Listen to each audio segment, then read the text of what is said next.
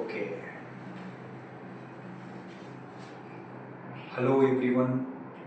சத்தமா Hello everyone. இன்னைக்கு நம்ம சின்னஸ் மூவி பற்றி பேசப்போம். சின்னஸ் மூவி நான் ஒரு கப்புள் ஆஃப் டேஸ் பிஃபோர் பார்த்துருந்தேன்.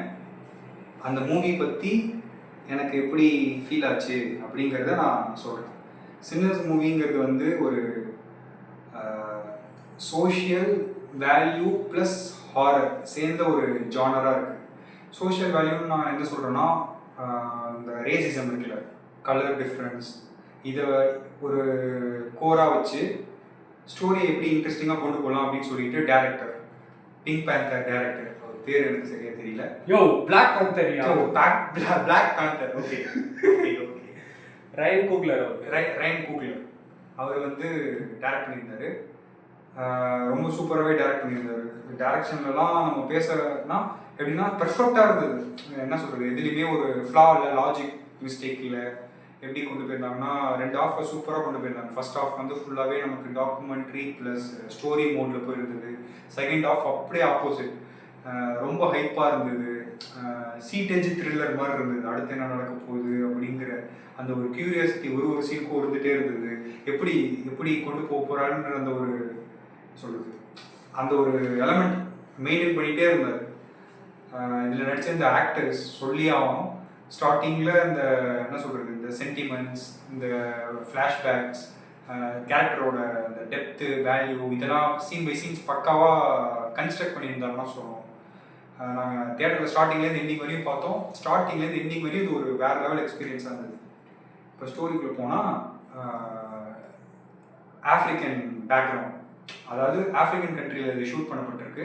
African stories. அதில் 2 மெயின் கேரக்டர், அவங்க தான் படம் ஃபுல்லாக ட்ராவல் ஆக போகிறாங்க. ஆஃப்ரிக்காவில் அமெரிக்காவா? ஆமாம், அவங்க தான் ஆஃப்ரிக்கன்ஸ். ஆனால் படம் எடுத்தது அமெரிக்கா, சிக்காகோவில். Okay, sorry.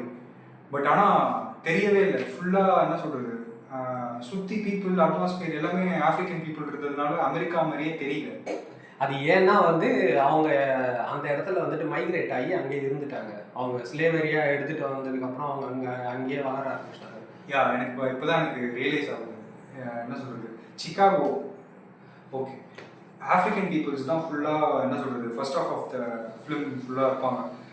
ஒருத்தரோட கேரக்டர், ஒருத்தரோட லைஃப் வந்து சட்டிலாக ஈஸியான வேலை ஸ்டோரி டெல்லிங், அந்த ஒரு ஆர்ட் இருக்குல்ல, ஈஸியாக சொல்கிறது. சீனில் அவங்களோட ஒரு 20 years ஆஃப் லைஃப்பை சொல்கிறதுன்னு இருக்குல்ல, அந்த மாதிரிலாம் சில சீன்ஸ் இருந்தது, சில கேரக்டர்ஸ் இருந்தது. அந்த கேரக்டர்ஸ்லாம் எப்படி மர்ஜ் பண்ணி எப்படி ஃபைனலாக கொண்டு போய் சூப்பராக என்ன சொல்கிறது, இந்த ஆர்கெஸ்ட்ரேஷன் சொல்லுவாங்க, கேரக்டரிஸ்டிக் ஆர்கெஸ்ட்ரேஷன், அது வந்து பர்ஃபெக்டாக பண்ணியிருந்தாரு. இப்போ சொல்லணும்னா ஃபர்ஸ்ட் ஹாஃபில் வந்து 2 மெயின் கேரக்டர்ஸ், அந்த 2 மெயின் கேரக்டர்ஸோட ஃப்ளாஷ்பேக் வந்து இது நேம் வந்து, அதாவது உங்களுக்கு ரொம்ப ரிவீல் பண்ண வேணாம்னு பார்த்தேன்.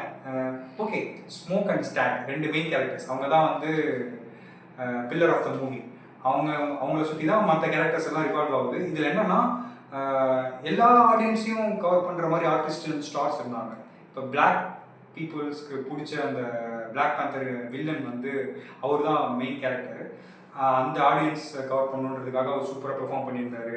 அப்புறம் சைனீஸ்லேருந்து ஒருத்தவங்க இருந்தாங்க, அவங்க பேர் தெரியல, பட் அவங்க சூப்பராக பெர்ஃபார்ம் பண்ணியிருந்தாங்க. தென் இன்னும் ஒரு 4 விதமான என்ன சொல்கிறது, மியூசிக் வந்து என்ன சொல்கிறது பெர்ஃபெக்டாக இருந்தது.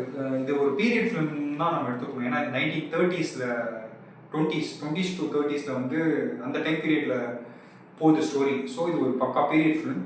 என்னன்னா, இது வந்து இப்போ எடுத்த மாதிரியே இல்லை. மியூசிக் கூட அந்த டைமில் வந்த மியூசிக் மாதிரியே இருந்தது. மியூசிக்கும் இது இந்த கேரக்டரில், அதாவது இந்த ஸ்டோரியில் வந்து ஒரு முக்கியமான பார்ட் ப்ளே பண்ணுது. எப்படின்னா, அதை நான் சொல்கிறேன். ஸ்டோரிக்குள்ளே போகும்போது இந்த 2 மெயின் கேரக்டர்ஸ் தான் வந்து main leads of the film. இவங்களுக்கு சுற்றி தான் எல்லா கேரக்டர்ஸும் ரிவால்வ் ஆகுது. என்ன ஸ்டோரினா, இவங்க வந்து ஒரு பெரிய கேங்ஸ்டர் கிட்ட ஒரு 7-8 years வந்து ஒர்க் பண்ணிவிட்டு அவங்க வந்து ரிட்டர்ன் வந்திருப்பாங்க அவங்களோட ஹோம் டவுன். மேபி அங்கே ரிட்டர்ன் வரும்போது அவங்க ரொம்ப வெல்த்தியாக, ரிச்சாக, பவர்ஃபுல்லாக வந்திருப்பாங்க. வந்துட்டு அவங்க வந்து ஒரு என்ன சொல்கிறது, ஒரு ஹீலிங் பிளேஸ்ன்னு சொல்லலாம், ரிலாக்ஸேஷன் பிளேஸ், சில்லிங் பிளேஸ்ன்னு சொல்லிட்டு என்ன சொல்கிறது, ஆஃப்ரிக்கன்ஸு டே அண்ட் நைட் வீக் ஃபுல்லாக ஸ்ட்ரெஸ்டாக இருக்கிறவங்க வந்து கொஞ்சம் ரிலாக்ஸ் பண்ணுறதுக்காக ஒரு நைட் பார்ட்டி கிளப் மாதிரி ஒன்று ஆரம்பிக்கலாம் அப்படின்னு சொல்லிட்டு ஜூக் ஜாயிண்ட் அப்படின்னு ஒன்று ஆரம்பிக்கணும்னு ஒரு ஐடியா இருக்கும். அதை என்ன சொல்கிறது, அதை பொசிஷன் பண்ணி போயிட்டு இருப்பாங்க. ஸோ அவங்க எடுத்துகிட்டு வர காராக இருக்கட்டும், போகிற ரோடு, சுற்றி வேலை பார்க்குற ஃபார்மர்ஸு, லொக்கேஷன் எல்லாமே என்ன சொல்கிறது, அமெரிக்காவாக இருந்தாலும் பக்கா ஆஃப்ரிக்கன் ஃபீல் கொடுக்கும். அதுதான் நம்பவே முடியல என்னால் இப்போ வரையும். அப்படியே பக்கா என்ன சொல்கிறது, அவங்க மற்றவங்கள்ட்ட டீல் பண்ணுறது எல்லாமே வந்து பக்கா ஆஃப்ரிக்கன் மூவி பார்த்த ஒரு ஃபீலாகவே இருந்தது. அவங்க வந்து அந்த போய்ஷூட்டில் போயிட்டு இருக்கும்போது அவங்களோட பிளட் கசின் ரிலேட்டிவ் வந்து ஒரு பையன் வந்து, ஆக்சுவலாக ஸ்டோரி இப்படி தான் ஆரம்பிக்கும். சர்ச்சில் வந்து ஒரு ஃபாதர் வந்து அவங்க வந்திருப்பாங்கள்ல, அவங்களுக்கு வந்து ப்ரீச் பண்ணிகிட்டு இருப்பார்.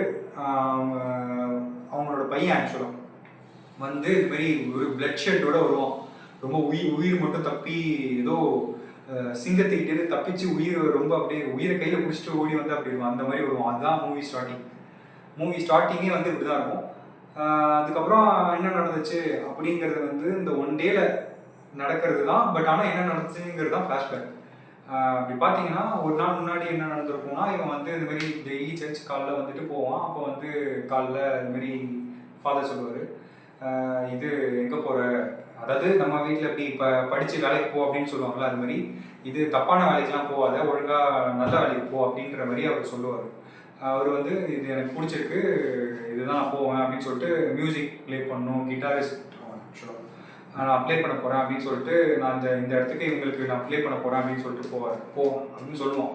அப்போ ஃபாதர் சொல்லுவார், நீ பண்ணுற வேலை தப்பு இல்லைனாலும் நீ பண்ணுறவங்க கிட்டே இருக்கிற அந்த நெகட்டிவிட்டி தப்பான இது வந்து உனக்கும் தொத்திக்கும், அது உனக்கும் ஆபத்தாக வரும் அப்படின்னு வான் பண்ணுவாங்க.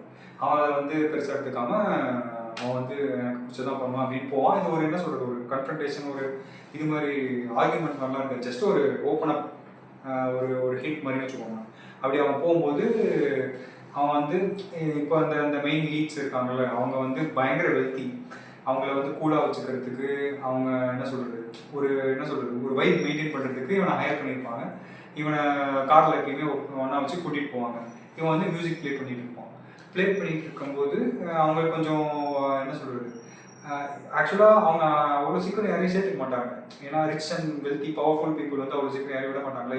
இவன் வந்து அவங்களோட பிளட் ரிலேட்டிவ் கசின்ற மாதிரி சொல்லுவாங்க. ஸோ இவன் இந்த சின்ன பையன் போய் ஜாயின் ஆகிட்டு அவங்க 2 பேரும் போவாங்க. அப்படி போயிட்டு இருக்கும்போது இதுமாரி நாங்கள் இதுமாரி ஒன்று பண்ண போகிறோம், அதுக்கு நீ வந்து மியூசிக் ப்ளே பண்ணுவாங்க. ஓகே, நான் கன்ஃபார்மாக ப்ளே பண்ணுறேன் அப்படின்பாங்க. சரின்னு சொல்லிட்டு இந்த ட்ரக் எடுத்துகிட்டு ஒரு ட்ரக்குக்கு போவாங்க. சில சீன்ஸ்லாம் என்ன சொல்கிறது, அவங்களோட பவர் என்ன அப்படிங்கிறது வந்து ஒரு சீன் வந்து நமக்கு தெரிய வச்சோம். என்ன சீன்னா உங்களுக்கு தெரியும்னு நினைக்கிறேன், அந்த பாம்பு ஒன்று இருக்கும். அது வந்து டக்குன்னு இந்த பையன் பார்த்தோன்னா பயந்துருவான், அப்படியே உடஞ்சி போய் நின்றுவான். எல்லாரும் ஆக்சுவலாக டக்குன்னு அந்த ஒரு சினிமாட்டோகிராஃபி இருக்க பாருங்க, அப்படியே பயங்கரமாக அந்த ஒரு சீன் வந்து என்ன சொல்கிறது, டக்குன்னு அடுத்த செகண்டே வந்து கத்தி எடுத்து அந்த பாம்பை கழுத்தில் குத்தி அடுத்து தூக்கி போட்டுருவோம். அதெல்லாம் வந்து என்ன சொல்கிறது, பயங்கர ஒரு மேன்லியாக இருக்கும் அந்த சீன். இந்த ஹீரோ வந்து அது ரியலாக பண்ணாங்களா இல்லை எப்படின்னு தெரியல, பட் பார்க்கறதுக்கு பக்கா மேன்லியாக இருந்தது. அதுக்கப்புறம் அது ஆக்சுவலாக அந்த ட்ரக்கில் வந்து அந்த பிளேஸுக்கு போயிட்டு அந்த திங்ஸ்லாம் வைக்கிறதுக்கு அந்த ட்ரக் யூஸ் ஆகும். அந்த ட்ரக் எடுத்துகிட்டு போவாங்க. ஒருத்தர் வந்து ட்ரக்